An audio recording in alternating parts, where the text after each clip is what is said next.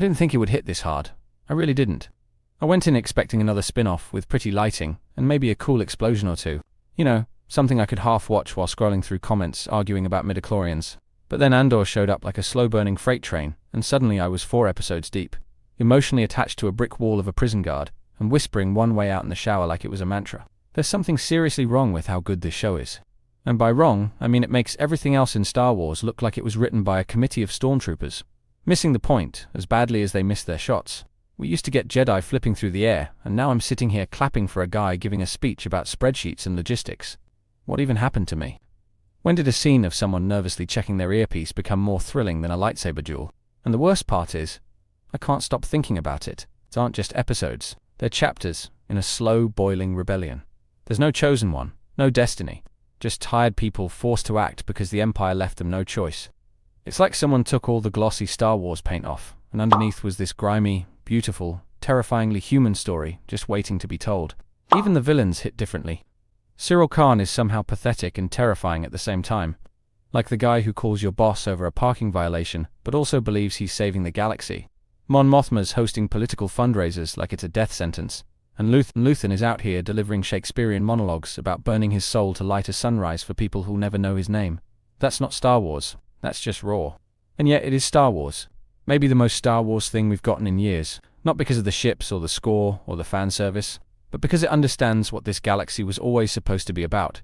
Resistance, sacrifice, survival. Hope born in the dark and clawing its way toward something better. Honestly, I didn't know Star Wars could still feel this real. In this video, we're breaking down why Andor didn't just raise the bar, it obliterated it.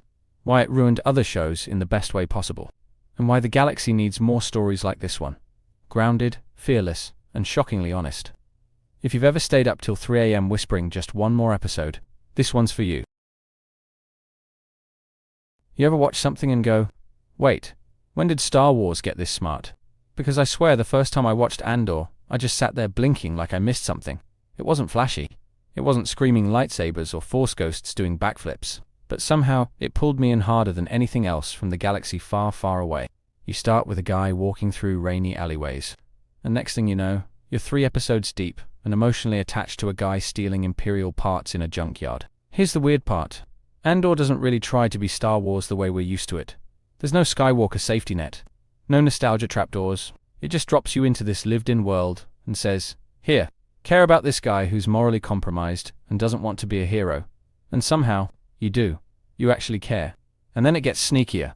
It starts slipping in real-world themes like surveillance, class warfare, labor exploitation.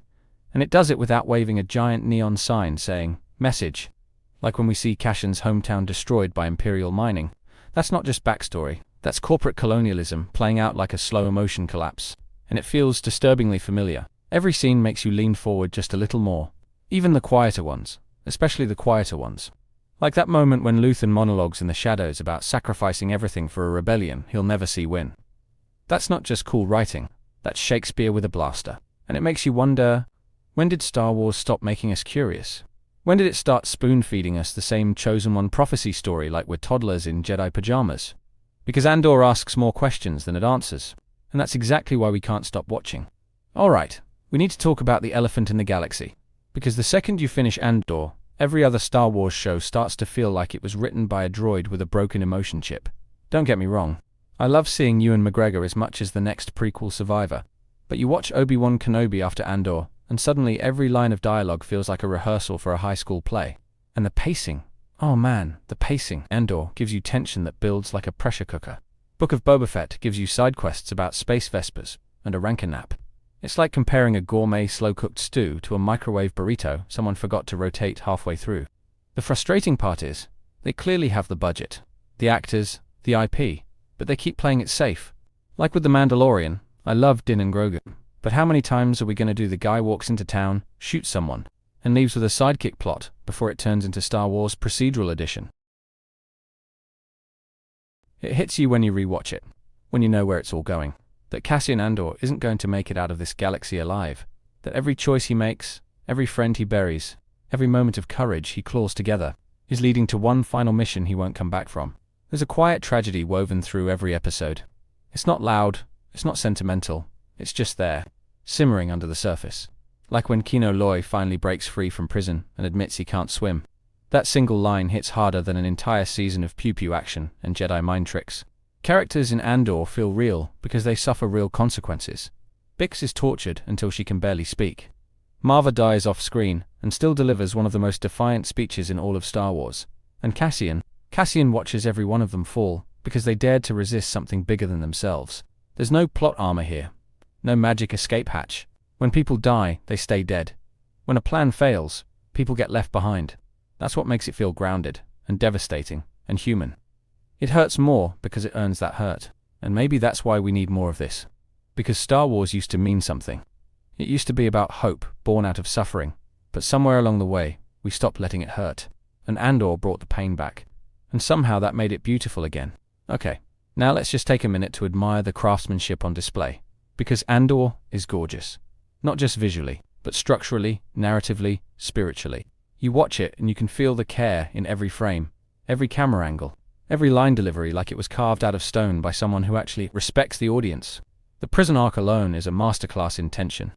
It turns a sterile white hallway into a nightmare factory, builds characters with barely any exposition, and then explodes into a full-blown prison break with a speech from Andy Serkis that deserves an Emmy just for existing.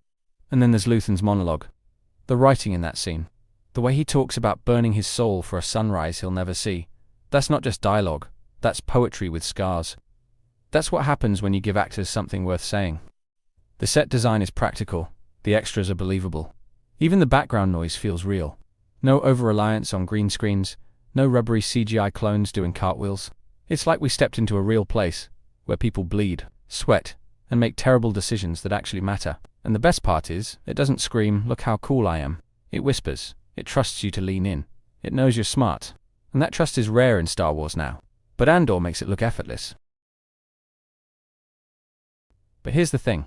Andor isn't just dark and gritty for the sake of it. It's not cynical. It's honest. And buried in all that weight is something rare. Actual earned hope. Not the press a button and blow up the Death Star kind, but the kind that grows out of failure.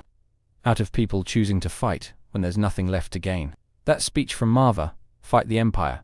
It's not flashy, but it feels like a war cry born from decades of watching people suffer and deciding. Enough. It's that spark that lights rebellions.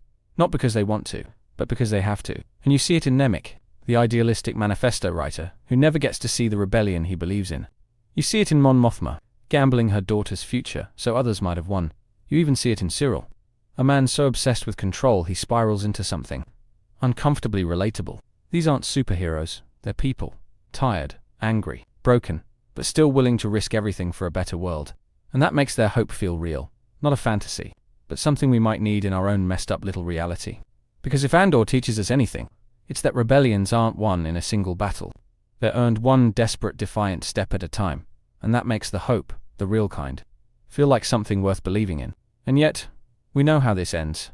We know Cassian doesn't get a happily ever after. We know the Empire doesn't fall with a single speech or stolen hard drive.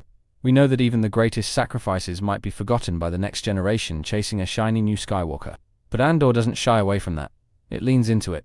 It says, yes, this might all be for nothing, but it still matters. Because in a galaxy that rewards apathy, choosing to care is rebellion. Choosing to act is everything. It's tragic because it's real. Because it reminds us that change doesn't come with destiny or prophecy. It comes with people who are tired of waiting, who are willing to lose, and still show up anyway. And that's why it sticks with us. Long after the credits roll, because Andor didn't just give us a cool side story, it gave us a blueprint for what Star Wars can be, and maybe even what we should be. So no, I don't just want more Andor in my life. I need it. And so do you. Not because it's perfect, but because it dares to be something better than just good enough. Something honest. Something unforgettable. Something true. Thank you for watching. If you enjoy my videos, please consider looking at my pinned comment and checking out the links for my Amazon storefront. It contains my favorite Legos, my gear in which I make videos, and comics that I read on a daily basis. I update it constantly, so please, take a moment and click on the link. On top of that, check out my second channel, Critical Analysis Hub Plus, and my third channel, Critical Analysis Hub XP. Just one click would go on a long way in supporting my channels and future in YouTube.